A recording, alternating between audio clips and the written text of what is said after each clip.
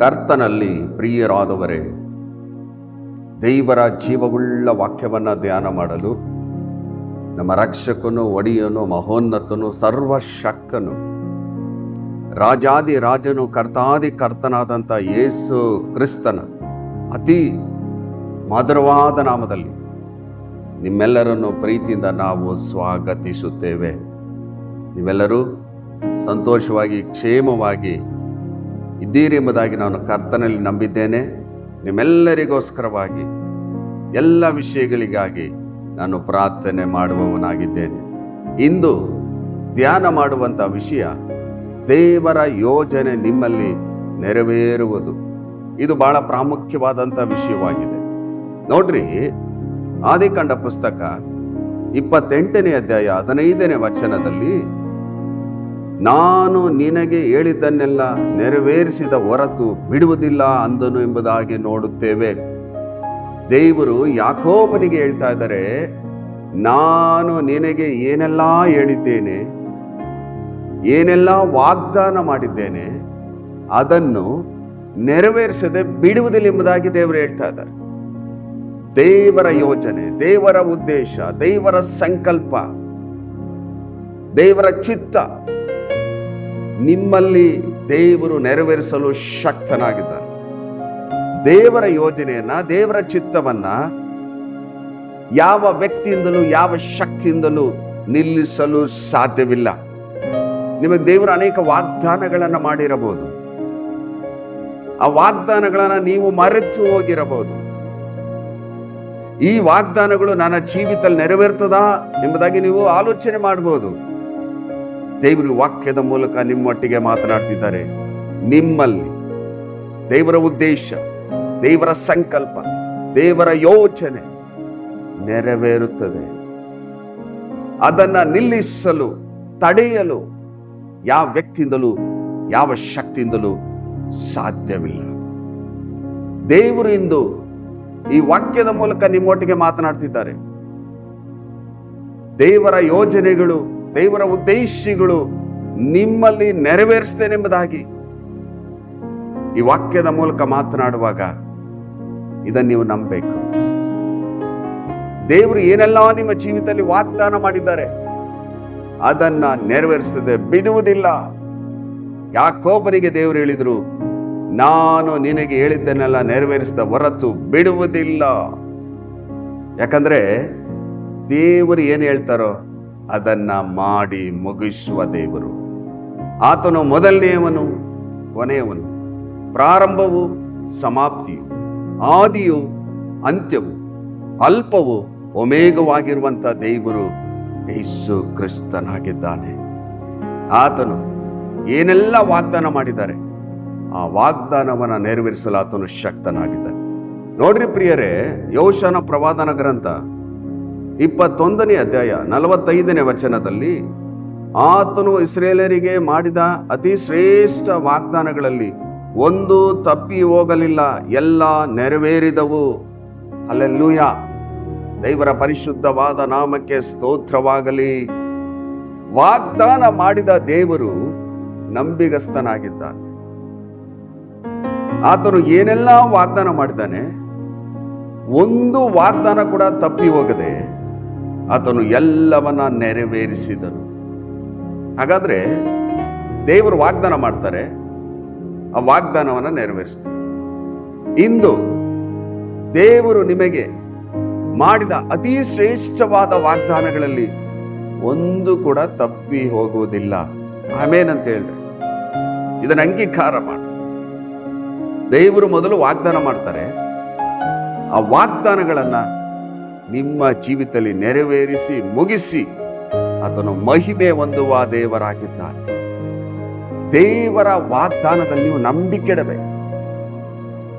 ಎಷ್ಟು ವಾಗ್ದಾನಗಳನ್ನ ದೇವರು ನನಗೆ ಮಾಡಿದ್ದಾರೆ, ಅಷ್ಟು ವಾಗ್ದಾನಗಳನ್ನ ನನ್ನ ಜೀವಿತದಲ್ಲಿ ನೆರವೇರಿಸಿ ಮುಗಿಸಲು ಆತನು ಶಕ್ತನಾಗಿದ್ದಾನೆ ಎಂಬುದಾಗಿ ನೀವು ನಂಬಬೇಕು. ಆ ವಾಗ್ದಾನಗಳು ನಿಮ್ಮ ಜೀವಿತದಲ್ಲಿ ನೆರವೇರಲು ಪ್ರಾರ್ಥನೆ ಮಾಡಬೇಕು. ಆ ವಾಗ್ದಾನಗಳು ನನ್ನ ಜೀವಿತದಲ್ಲಿ ನೆರವೇರ್ತದೆ ಎಂಬುದಾಗಿ ನೀವು ನಂಬಬೇಕು. ಆ ವಾಗ್ದಾನಗಳನ್ನು ದೇವರು ತಕ್ಕ ತಕ್ಕ ಸಮಯದಲ್ಲಿ ನಿಮ್ಮ ಜೀವಿತದಲ್ಲಿ ನೆರವೇರಿಸಿ ಮುಗಿಸುತ್ತಾನೆ. ನಿಮ್ಮ ಬಗ್ಗೆ, ನಿಮ್ಮ ಕುಟುಂಬದ ಬಗ್ಗೆ, ನಿಮ್ಮ ಮಕ್ಕಳ ಬಗ್ಗೆ, ನಿಮ್ಮ ಮುಂದಿನ ಜೀವಿತದ ಬಗ್ಗೆ, ನೀವು ದೇವರ ಸೇವೆ ಮಾಡ್ತಿರ್ಬೋದು, ಸೇವೆ ಬಗ್ಗೆ ದೇವರ ಅನೇಕ ವಾಗ್ದಾನಗಳನ್ನು ನಿಮ್ಮ ಜೀವಿತದಲ್ಲಿ ಮಾಡಿರಬಹುದು. ಅವೆಲ್ಲವನ್ನ ನೆರವೇರಿಸಿ ಮುಗಿಸಲು ಆತನು ಶಕ್ತನಾಗಿದ್ದಾನೆ. ವಾಗ್ದಾನ ಮಾಡಿದೆಲ್ಲವನ್ನ ನೆರವೇರಿಸ್ತಾನೆ, ಒಂದು ಕೂಡ ತಪ್ಪಿ ಹೋಗುವುದಿಲ್ಲ. ನೋಡ್ರಿ ಪ್ರಿಯರೇ, ಕೀರ್ತನೆಗಳ ಪುಸ್ತಕ 105ನೇ ಅಧ್ಯಾಯ 8ರಿಂದ 9 ವಚನದಲ್ಲಿ ಆತನು ತನ್ನ ವಾಗ್ದಾನವನ್ನು 1000 ತಲೆಗಳವರೆಗೂ ತನ್ನ ಒಡಂಬಡಿಕೆಯನ್ನು ನಿತ್ಯವೂ ನೆನಪಿನಲ್ಲಿಟ್ಟುಕೊಳ್ಳುತ್ತಾನೆ. ಆತನು ಒಡಂಬಡಿಕೆಯನ್ನು ಅಬ್ರಾಮನ ಸಂಗಡ ಮಾಡಿಕೊಂಡನು, ಈಸಾಕನಿಗೆ ಆಣೆ ಇಟ್ಟನು ಎಂಬುದಾಗಿ ನೋಡುತ್ತೇವೆ. ವಾಕ್ಯವನ್ನ ಗಮನಿಸಿ, ಆತನು ತನ್ನ ವಾಗ್ದಾನವನ್ನು 1000 ತಲೆಗಳವರೆಗೂ. ದೇವರಿಗೆ ಎಷ್ಟು ಸ್ತೋತ್ರ ಹೇಳಬೇಕು. ದೇವರು ತನ್ನ ವಾಗ್ದಾನವನ್ನ ಎಲ್ಲಿವರೆಗೆ ನೆರವೇರಿಸ್ತಾರಂತೆ? 1000 ತಲೆಗಳವರೆಗೂ. ದೇವರು ಯಾವ ರೀತಿಯಲ್ಲಿ ಆತನ ಚಿತ್ತವನ್ನ, ಆತನ ಉದ್ದೇಶವನ್ನ, ಆತನ ಸಂಕಲ್ಪವನ್ನ, ಆತನ ಯೋಜನೆಯನ್ನ ನೆರವೇರಿಸುವ ದೇವರಾಗಿದ್ದಾರೆ ಎಂಬುದಾಗಿ ಈ ವಾಕ್ಯದ ಮೂಲಕ ನಾವು ತಿಳ್ಕೊಳ್ಬೇಕು. ಮಾತ್ರವಲ್ಲದೆ ತನ್ನ ಒಡಂಬಡಿಕೆಯನ್ನು ನಿತ್ಯವೂ ನೆನಪಿನಲ್ಲಿಟ್ಟುಕೊಳ್ಳುತ್ತಾನೆ. ಆತನು ಏನು ವಾಗ್ದಾನ ಮಾಡಿದ್ದಾನೆ, ಏನು ಒಡಂಬಡಿಕೆ ಮಾಡಿದ್ದಾನೆ, ಅದನ್ನು ನಿತ್ಯವೂ ಆತನ ನೆನಪಿನಲ್ಲಿಟ್ಟುಕೊಂಡಿರುವ ದೇವರು. ಎಷ್ಟು ಒಳ್ಳೆ ದೇವರು! ದೇವರು ನಿಮಗೇನೆಲ್ಲ ವಾಗ್ದಾನ ಮಾಡಿದ್ದಾರೆ ಅದನ್ನು ನೀವು ಮರೆತು ಹೋಗಿರ್ಬೋದು. ಅನೇಕ ತಿಂಗಳುಗಳ ಹಿಂದೆ, ವರ್ಷಗಳ ಹಿಂದೆ ದೇವರು ವಾಗ್ದಾನ ಮಾಡಿರ್ಬೋದು, ಅದನ್ನು ನೀವು ಮರೆತು ಹೋಗಿರ್ಬೋದು. ಆದರೆ ದೇವರು ಆ ಒಡಂಬಡಿಕೆಯನ್ನು ನಿತ್ಯವೂ ನೆನಪಿನಲ್ಲಿಟ್ಟುಕೊಂಡಿರುತ್ತಾನೆ. ಇಲ್ಲಿ ವಾಕ್ಯದಲ್ಲಿ ನೋಡ್ತೇವೆ, ಆತನ ಒಡಂಬಡಿಕೆಯನ್ನು ಅಬ್ರಾಮನ ಸಂಗಡ ಮಾಡಿಕೊಂಡನು, ಈಸಾಕನಿಗೆ ಆಣೆ ಇಟ್ಟನು. ಯಾಕೆ ದೇವರು ಆಣೆ ಇಟ್ಟರು? ನಾನು ಇದನ್ನು ನೆರವೇರಿಸದೆ ಬಿಡುವುದಿಲ್ಲ. ಅಬ್ರಾಮನಿಗೆ ವಾಗ್ದಾನ ಮಾಡಿದರು, ಈಸಾಕನಿಗೆ ವಾಗ್ದಾನ ಮಾಡಿದರು, ಅದೆಲ್ಲವನ್ನ ನೆರವೇರಿಸಿದರು. ದೇವರು ಆಣೆ ಇಟ್ಟು ಹೇಳ್ತಾ ಇದ್ದಾರೆ, ಇದನ್ನು ನಾನು ನೆರವೇರಿಸ್ತೇನೆ. ಕರ್ತನಲ್ಲಿ ಪ್ರೀತಿ ಉಳ್ಳ ದೈವ ಜನರೇ, ನನ್ನ ಸಹೋದರ, ನನ್ನ ಸಹೋದರಿ, ನಿಮ್ಮ ಪರಿಸ್ಥಿತಿಯನ್ನು ನೋಡಿ. ನೀವು ವೇದನೆ ಪಡ್ತಿದ್ದೀರೋ? ನನ್ನ ಅಗತ್ಯತೆಗಳು ಎಷ್ಟಿದೆ, ನನ್ನ ಸ್ಥಿತಿಗತಿಗಳು ಯಾವ ರೀತಿ ಇದೆ ಎಂಬುದಾಗಿ ವೇದನೆ ಪಡ್ತಿದ್ದೀರೋ? ದೇವರು ನಿಮ್ಮ ಜೀವಿತದಲ್ಲಿ ಏನೆಲ್ಲ ವಾಗ್ದಾನ ಮಾಡಿದ್ದಾರೆ ಅದನ್ನು ತಕ್ಕ ಸಮಯದಲ್ಲಿ ನೆರವೇರಿಸುವಾಗ ಜನರ ಕಣ್ಣುಗಳು ಅದನ್ನು ನೋಡುತ್ತವೆ. ಯಾಕಂದ್ರೆ ದೇವರು ಸುಳ್ಳಾಡುವ ದೇವರಲ್ಲ, ಆತನು ಸುಳ್ಳಾಡುವ ದೇವರಲ್ಲ. ಏನು ವಾಗ್ದಾನ ಮಾಡ್ತಾರೆ ಅದನ್ನು ನೆರವೇರಿಸ್ತಾರೆ. ನಿಮ್ಮಲ್ಲಿ ದೇವರ ಚಿತ್ತ, ದೇವರ ಉದ್ದೇಶ, ದೇವರ ಸಂಕಲ್ಪ ನೆರವೇರುತ್ತದೆ. ಅದನ್ನು ಯಾವ ವ್ಯಕ್ತಿಯಿಂದಲೂ, ಯಾವ ಶಕ್ತಿಯಿಂದಲೂ ನಿಲ್ಲಿಸಲು ಸಾಧ್ಯವಿಲ್ಲ. ದೇವರು ಏನೆಲ್ಲ ವಾಗ್ದಾನ ಮಾಡಿದ್ದಾರೆ ನಿಮಗೆ, ನೆನಪು ಮಾಡಿಕೊಳ್ಳಿ. ಈ ವಾಕ್ಯದ ಮೂಲಕ ದೇವರು ಮಾತನಾಡ್ತಿದ್ದಾರೆ. ನಾನು ನಿನಗೇನೆಲ್ಲ ವಾಗ್ದಾನ ಮಾಡಿದೆ ನೆರವೇರಿಸದೆ ಬಿಡುವುದಿಲ್ಲ. ದೇವರ ಯೋಜನೆ ನಿಮ್ಮಲ್ಲಿ ನೆರವೇರ್ತದೆ, ದೇವರ ಉದ್ದೇಶ ನಿಮ್ಮಲ್ಲಿ ನೆರವೇರ್ತದೆ, ದೇವರ ಸಂಕಲ್ಪ ನಿಮ್ಮಲ್ಲಿ ನೆರವೇರ್ತದೆ. ನೀವು ಚಿಂತೆ ಮಾಡ್ತಿದ್ದೀರೋ?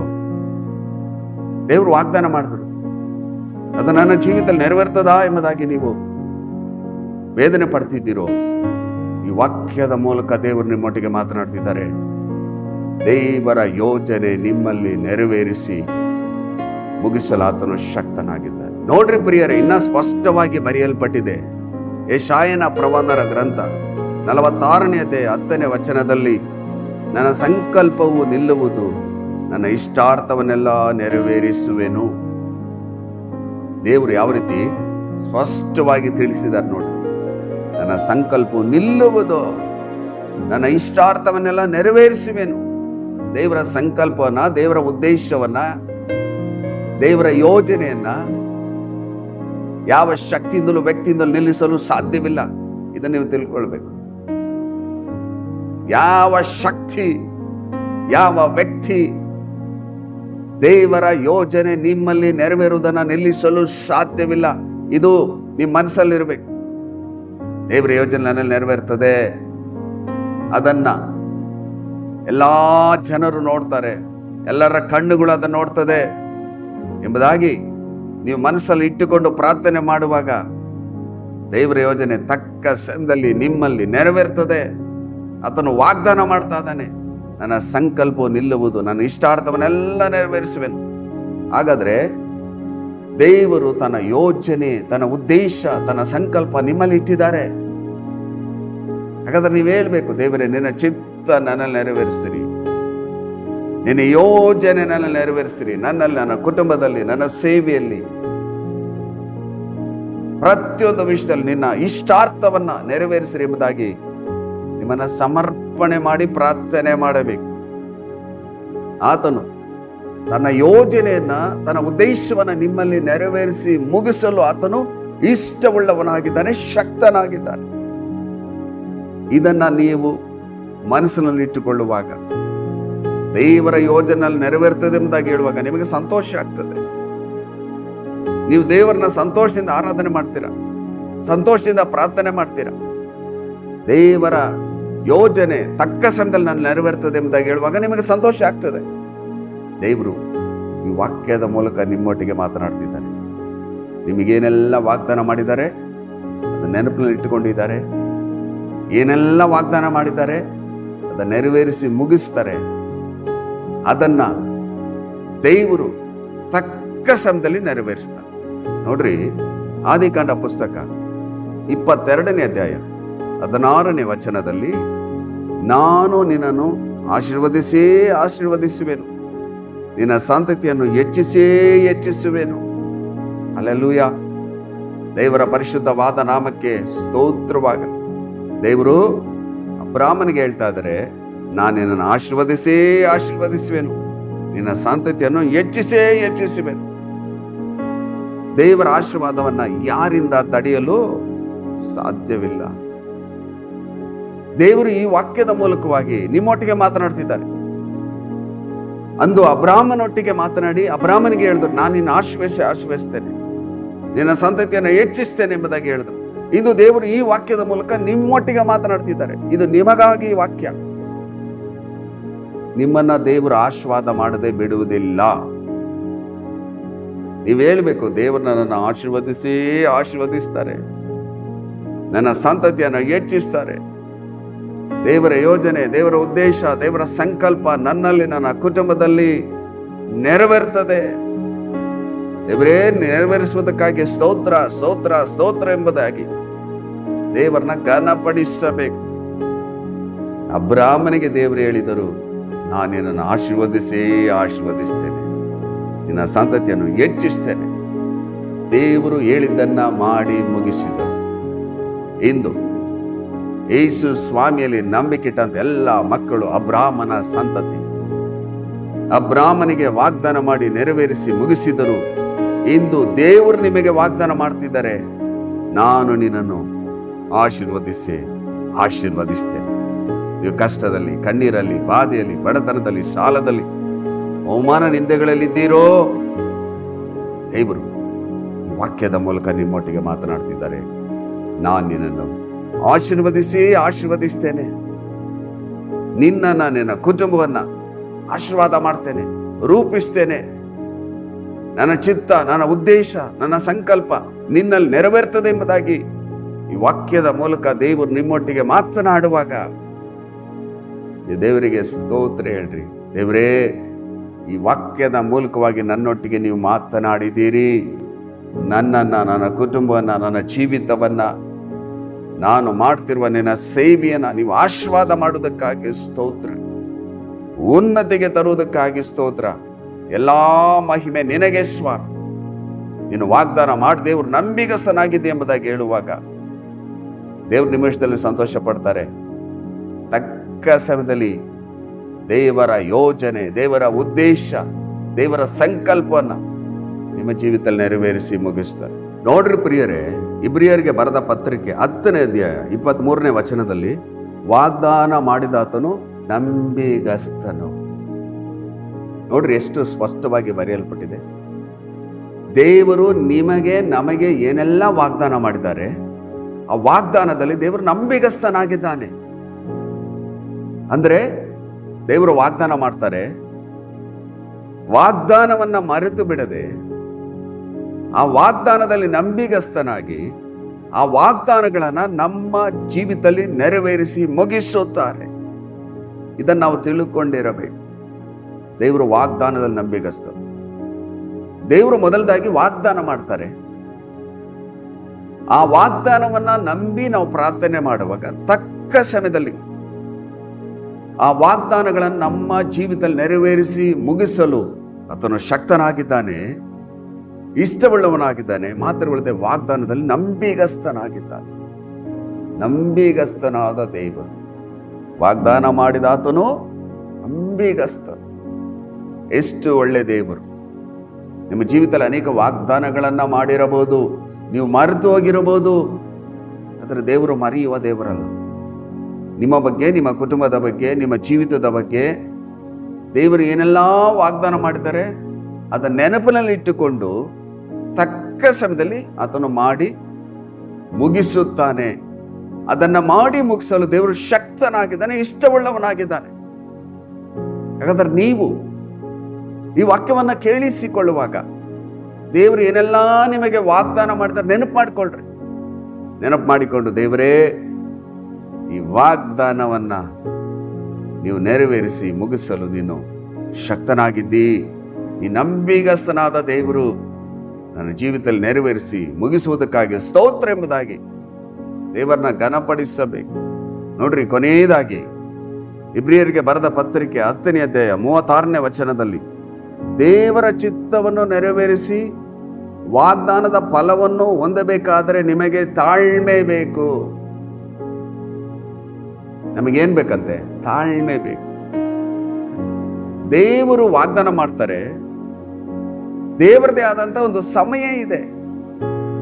ಆ ಸಮಯದಲ್ಲಿ ನೆರವೇರಿಸಿ ಮುಗಿಸುತ್ತಾರೆ.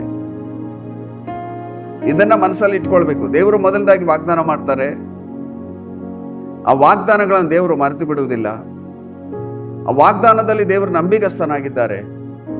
ಆ ವಾಗ್ದಾನವನ್ನ ತಕ್ಕ ಸಮಯದಲ್ಲಿ ನೆರವೇರಿಸಿ ಮುಗಿಸುತ್ತಾರೆ. ನಾವು ದೇವರ ಸನ್ನಿಧಿಯಲ್ಲಿ ತಾಳ್ಮೆಯಿಂದ ಕಾದಿರಬೇಕು. ದೇವರು ಒಂದು ಸಮಯವನ್ನು ಇಟ್ಟಿದ್ದಾರೆ. ದೇವರ ಯೋಜನೆ ನಿಮ್ಮಲ್ಲಿ ನೆರವೇರಲು, ದೇವರ ಚಿತ್ತ ನಿಮ್ಮಲ್ಲಿ ನೆರವೇರಲು, ದೇವರ ಉದ್ದೇಶ ನಿಮ್ಮಲ್ಲಿ ನೆರವೇರಲು ದೇವರು ಏನೆಲ್ಲ ವಾಗ್ದಾನ ಮಾಡ್ತಾರೆ ಅದು ನಿಮ್ಮ ಜೀವಿತದಲ್ಲಿ ನೆರವೇರಿಸಿ ಮುಗಿಸಲು ಒಂದು ಸಮಯವನ್ನು ಇಟ್ಟಿದ್ದಾರೆ. ದೇವರ ಸಮಯದಲ್ಲಿ ಆತನ ಚಿತ್ತ ನೆರವೇರ್ತದೆ, ಉದ್ದೇಶಗಳು ನೆರವೇರ್ತದೆ. ಹಾಗಾದ್ರೆ ನಾವೇನ್ ಮಾಡಬೇಕು? ದೇವರ ಸನ್ನಿಧಿಯಲ್ಲಿ ತಾಳ್ಮೆಯಿಂದ ನಂಬಿಕೊಂಡು ಕಾದಿರಬೇಕು. ತಕ್ಕ ಸಮಯದಲ್ಲಿ ದೇವರು ತನ್ನ ಚಿತ್ತ, ತನ್ನ ಉದ್ದೇಶ, ತನ್ನ ಸಂಕಲ್ಪ, ತನ್ನ ಯೋಜನೆಯನ್ನು ನಿಮ್ಮಲ್ಲಿ ನೆರವೇರಿಸಿ ಮುಗಿಸ್ತಾರೆ.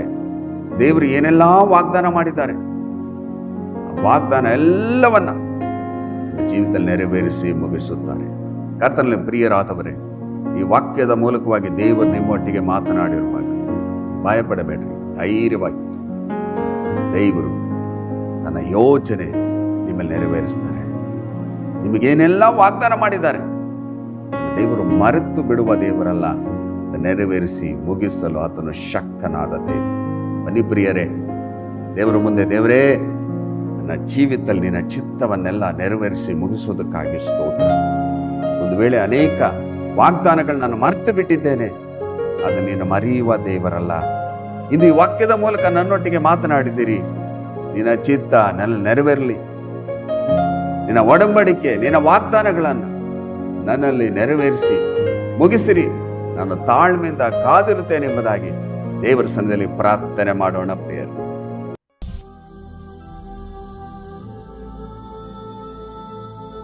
ನಮ್ಮನ್ನು ಅತಿಶಯವಾಗಿ ಪ್ರೀತಿ ಮಾಡುವಂತ ನಮ್ಮ ಪರಲೋಕದ ತಂದೆಯಾದ ದೇವರೇ, ನಿನ್ನ ಜೀವವುಳ್ಳ ವಾಕ್ಯಗಳನ್ನು ಧ್ಯಾನ ಮಾಡಿದ್ದೇವೆ.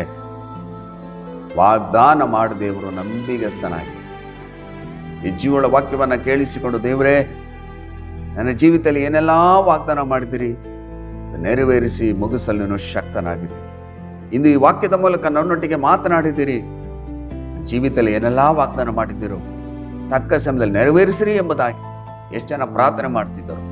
ಜೀವಿತದಲ್ಲಿ ಏನೆಲ್ಲ ವಾಗ್ದಾನ ಮಾಡಿದ್ದೀರಿ ಎಲ್ಲವನ್ನ ನೆರವೇರಿಸಿ ಮುಗಿಸುವುದಕ್ಕಾಗಿ ಸ್ತೋತ್ರ ಸ್ವಾಮಿ. ಇಸ್ರೇಲರಿಗೆ ಮಾಡಿದ ಅತಿ ಶ್ರೇಷ್ಠ ವಾಗ್ದಾನಗಳಲ್ಲಿ ಒಂದನ್ನು ಕೂಡ ಮರೆತು ಬಿಡದೆ ಎಲ್ಲವನ್ನು ನೆರವೇರಿಸಿ ಮುಗಿಸಿದಂಥ ದೇವರು ಎಷ್ಟು ಜನ ನನ್ನೊಟ್ಟಿಗೆ ಸೇರಿ ಪ್ರಾರ್ಥನೆ ಮಾಡ್ತಿದ್ದರು. ಜೀವಿತದಲ್ಲಿ ನಿನ್ನ ವಾಗ್ದಾನಗಳು, ನಿನ್ನ ಚಿತ್ತ, ನಿನ್ನ ಉದ್ದೇಶ, ನಿನ್ನ ಸಂಕಲ್ಪ, ನಿನ್ನ ಯೋಜನೆ ನೆರವೇರಲಿ. ಜನ ಸೋತು ಹೋಗಿದ್ದಾರೆ, ಅದನ್ನು ಬಲಪಡಿಸಿ ನಂಬಿಕೆನ ಕಳಕೊಂಡಿದ್ದಾರೆ. ನಂಬಿಕೆನ ಹುಟ್ಟಿಸಿ ಪೂರೈಸಿ ವಾಗ್ದಾನ ನಂಬಿಕೆ ಇಟ್ಟು ಎಲ್ಲ ಆಶೀರ್ವಾದನ ಹೊಂದಿಕೊಳ್ಳಲು ಸಹಾಯ ಮಾಡಿ. ಆ ರೀತಿ ಮಾಡೋದಕ್ಕಾಗಿ ಜೀವಳ ವಾಕ್ಯ ಅವರ ಜೀವಿತದಲ್ಲಿ 100% ಕಾರ್ಯ ಯೇಸುವಿನ ಮೂಲಕ ಬೇಡಿ ಹೊಂದಿದ್ದೇವೆ. ಜೀವುಳ್ಳ ತಂದೆ, ಆಮೇನ್ ಆಮೇನ್. ಕರ್ತನಲ್ಲಿ ಪ್ರಿಯರಾದವರೇ, ದೇವರ ಜೀವುಳ್ಳ ವಾಕ್ಯವನ್ನ ಕೇಳಿಸಿಕೊಂಡಿದ್ದೀರಿ. ಮರೆಯಬೇಡ್ರಿ, ದೇವರ ಯೋಜನೆ ನಿಮ್ಮಲ್ಲಿ ನೆರವೇರುವುದು. ದೇವರ ಚಿತ್ತ, ದೇವರ ಉದ್ದೇಶ, ದೇವರ ಸಂಕಲ್ಪ ನಿಮ್ಮಲ್ಲಿ ನೆರವೇರುತ್ತದೆ. ಆತನು ಏನೆಲ್ಲ ವಾಗ್ದಾನ ಮಾಡಿದ್ದಾನೆ ಅದನ್ನು ತಕ್ಕ ಸಮಯದಲ್ಲಿ ನಿಮ್ಮ ಜೀವಿತ ನೆರವೇರಿಸಿ ಮುಗಿಸುತ್ತಾನೆ.